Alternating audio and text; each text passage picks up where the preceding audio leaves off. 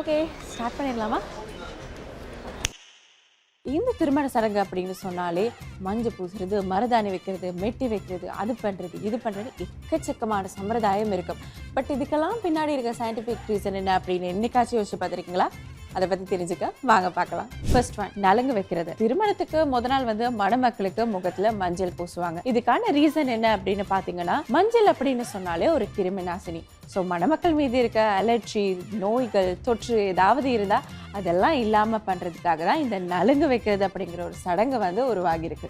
ரெண்டாவது, இதுதான் மெயின் கான்செப்டே, தாலி கட்டுறது. ஆரம்ப காலத்துல மஞ்சள் கயிறுலையும் மஞ்சள் கட்டையிலையும் தான் தாலி கட்டியிருக்காங்க. இதுக்கெல்லாம் சாங் எல்லாம் நிறையவே வந்திருக்கு. அதுக்கான ரீசன் என்னன்னு பாத்தீங்கன்னு சொன்னா, இந்த அளவுல அதாவது சரியா பெண்ணோட மார்பகத்துக்கு இடையில தான் அந்த மஞ்சள் கட்டை எப்பவுமே இருக்கும். பெண்கள் திருமணம் ஆனதுக்கு அப்புறமா அதிகமா அவங்களுக்கு மார்பக புற்றுநோய் வரதுக்கான வாய்ப்புகள் நிறையவே இருக்குதான். ஸோ அதுக்காக தான் அந்த மஞ்சள் கயிறுலையும் மஞ்சள் கட்டை அங்கே படும்படியா இருந்துச்சுன்னு சொன்னா அவங்களுக்கு அந்த கிருமி நாசினி அதாவது தொற்று எல்லாமே நீங்கி இந்த மார்பக புற்றுநோய் வரக்கான சான்சஸும் நிறையவே குறையும் அப்படிங்கிறதுக்காக தான் மஞ்சள் கயிறு வச்சுன்னு தாலி கட்டினாங்க. பட் இப்போ இத்தனை பவுண்ட்ல அத்தனை பவுண்ட்லன்னு சொல்லி அதுக்கு தான் டிமாண்ட் கூடுதே தவிர எதுக்காக தாலி கட்டுறோம் அப்படிங்கிறதே தெரியாம போச்சுங்க. மூணாவது, மெட்டி அணிகிறது. மணப்பெண்ணோட காலில் அதுவும் குறிப்பா 2வது விரல்ல வெள்ளியிலான மெட்டி அணிவாங்க.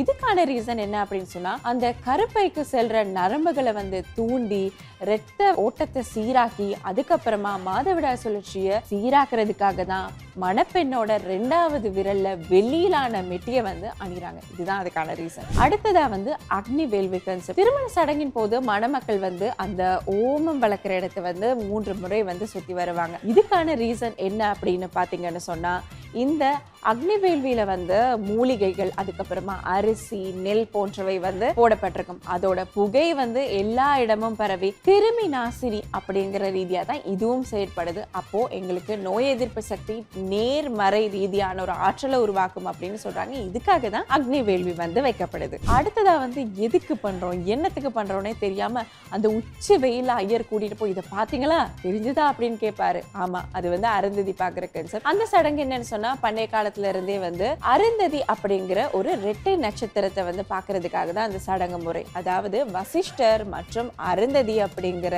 2 நட்சத்திரங்களும் சப்த ரிஷி மண்டபத்துல அருகருகே இருக்க விண்மீன் ஜோடிகளாம். இது ரொம்பவே மங்களாதான் தெரியுமா.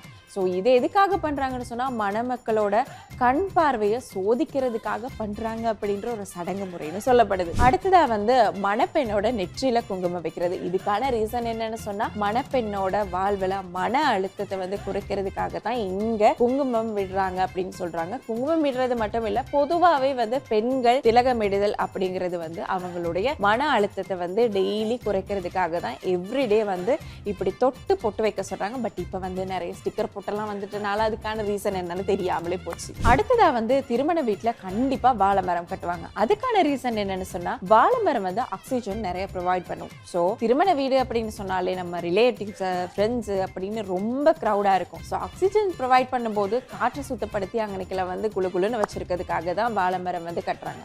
2வது ரீசன் ஒண்ணு இருக்கு. அதாவது வாழை மரம் தன்னுடைய ஆயுள்ல குலை தள்ளி தன்னுடைய ஆயுளை முடிக்கும் போதுமே தன்னுடைய குட்டியெல்லாம் விழுட்டு சொல்லுமா. அது மாதிரி எங்களுடைய சந்ததிகளை நாங்க வளர்க்கணும், அதாவது வாழையடி வாழை அப்படின்ற நிறைய வேர்டெல்லாம் கேள்விப்பட்டிருப்பீங்க. அதுக்கான ரீசன் இதுதான். உங்களுடைய சந்ததிகளை வளர்க்கறதுக்காக தான் வாழை மரம் கட்டுறாங்க அப்படின்னு சொல்லப்படுது. நெக்ஸ்ட், பந்தக்கால் எதுக்காக நடுறாங்க அப்படின்னு தெரியுமா? அதாவது வடகிழக்கு மூலையில பாசிட்டிவ் எனர்ஜி அதிகமா இருக்குமா. அதை இன்னும் அதிகப்படுத்துறதுக்காக பாலூர் மரங்களான பலா, அரசு மரம் எல்லாத்தையும் நடுறதால திருஷ்டி போக்கப்படுது அப்படின்னு நம்பப்படுது. மருதாணி வைக்கிறது கூட ஒரு சயின்டிபிக் ரீசன் இருக்கு. மருதாணி வைக்கிறதால உடம்புல இருக்க சூட்டெல்லாம் தணிஞ்சு குளிர்மையான ஒரு தன்மையை உடம்புக்குள்ள கொண்டு வரதுக்காக தான் மருதாணி வைக்கிறாங்க. இப்ப அது ஒரு பிரம்மாண்டமான ஃபங்க்ஷனா கூட நடத்தப்படுது. பெரியவங்க என்ன சொல்லிதாலும் அதுக்கு பின்னாடி கண்டிப்பா ஒரு காரணம் இருக்கும்.